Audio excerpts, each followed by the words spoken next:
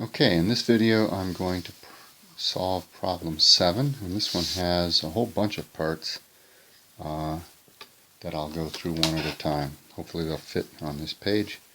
And I'll start with part A here. And these are problems where I'm doing greatest common denominators in the first section. And the GCD, the technique we're going to be using here is either prime factorization or Euclid's method, and I'll do both for the first couple problems. So I'll say that 12, so I'll do part A, and it's 12 and 14. I'll say that 12 is 2 times 6, which is 2 times 3. 14 is 2 times 7. These are the prime factorizations. And what you do once you get the prime factorization is you find all the common factors. And in fact, what we're going to see is that the GCD of 12 and 14 is just 2 because of the common factor of 2. I'll do that using Euclid's method now. In a table, I put the largest one first and then the smallest one under it, and I label these columns remainder and quotient. And what I do is I divide 12 into 14, and I get a quotient of 1 and a remainder of 2. And so what I'm doing is I'm putting the quotient and remainder sort of in the diagonal underneath the two numbers. Okay, and that's a nice visual, hopefully, to remember how this works. And then I'm going to divide 2 into 12, and I'm going to get a quotient of 6 with a remainder of 0. As soon as we hit a remainder of 0, we're done, and the number directly above the 0 is the GCD. And that's because what we're doing here is we're really saying that the GCD of 14 and 12 is equal to the GCD of 12 and 2, which is in turn equal to the GCD of 2 and 0. And the GCD of anything and 0 is itself. Okay, and that's what we're doing. When we make this table here, what we're doing is we are saying that the GCD of 14 and 12 is the same as the GCD of 12 and 2 is the same as the GCD of 2 and 0. Okay?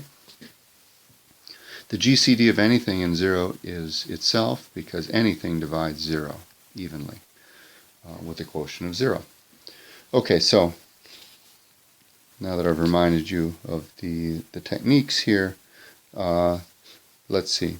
The GCD of 12 and 48 is in fact 12 because 12 does divide 48. And we notate that 12 divides 48. That's our notation for that. If you need to see it, what you're going to do is you're going to write 48 and 12. And you're going to say that 12 goes into 48 4 times with a remainder of 0. And therefore, the GCD of 12 and 48 is the 12, the number right above the 0. Again. Okay? For part C, we're looking for the GCD of 32 and 36. I'm going to go ahead and put 36 here, 32 here. And I'm going to say that the quotient is 1 with a remainder of 4 when I divide 32 into 36. And when I divide 4 into 32, I get a quotient of 8 with a remainder of 0, and therefore 4 is our GCD. And you can see this also using the method of prime factorizations. 32 is 2 times 16, which is 2 times 8, which is 2 times 4, which is 2 times 2. 36 is 2 times 18, which is 2 times 9, which is 3 times 3. And when you circle the common factors here, there's no 3's in the prime factorization of 32, so there's only these two 2's here. And so we get 2 times 2 is 4 is the GCD. Okay, and that agrees with the value we have above. Okay. Next we have 324 and 412 for part D. 324 and 412. Boy, I'm going to run out of space here.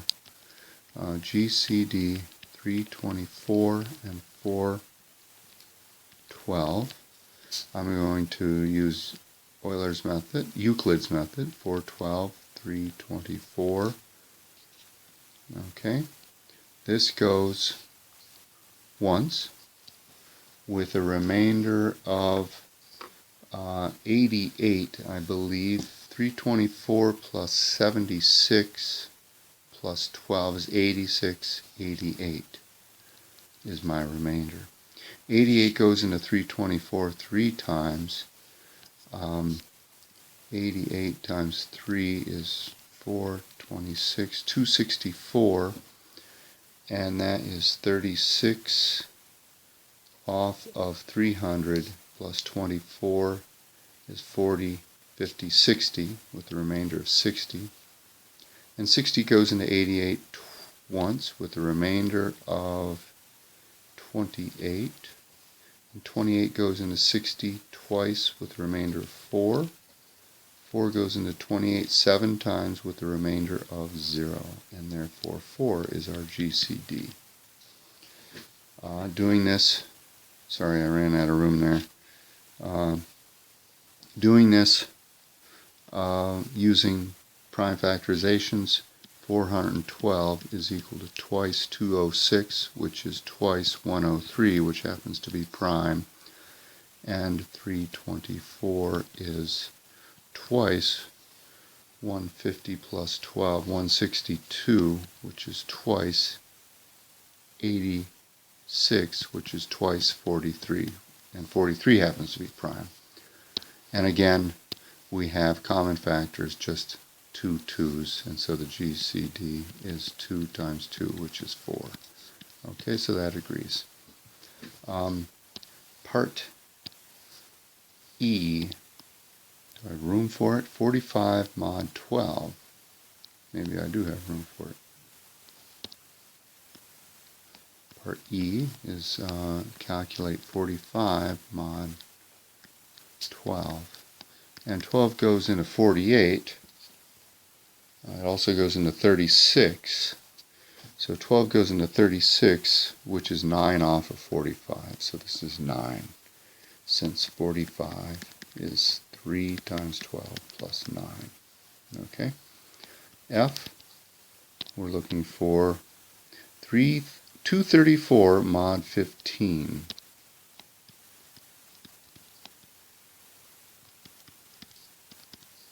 And 15 goes into 150. It also goes into 180. It also goes into 210. It also goes into 225, right? 225. So 234 is 15 times 15, which is 225 plus 9. So this one's also equal to 9. Part G. So when you do the mod, you're just looking for the remainder. Part G is 1334 mod 10.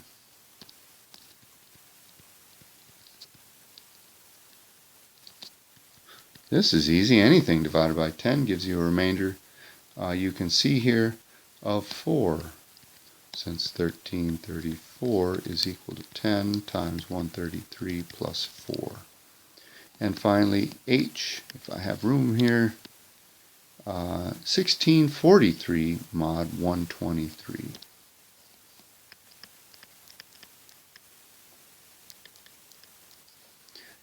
And 123 goes into 1320. And if I add 123 to that, I get 1443, which is 200 off of 1643. So I can add at least one more 123 to it. 6651, 1566. It takes 34 to get up to 1600, and 34 plus 43 is 77. So this is equal, 1643 is equal to, let's see, we had 1320. I think I was supposed to write 1230 here, wasn't I? 1230. Yeah, I messed this one up. Let's do that again. Don't worry if you have to do the algebra again. It's 1230 plus 123 is 1353 plus 123 again is 6741. 1476 plus 123 again is 9951. 1599. Okay. So I had times 10, 11, and 12, and 13. So this is 13 times 123 plus, and it's nice, easy to calculate the remainder between 1599 and 1643. It's a remainder of 44. So 1643 mod 123 is equal to 44. Okay, that took a while. I'll stop there, and I hope that helps on problem 7 with all those calculations. It's just a bunch of arithmetic here.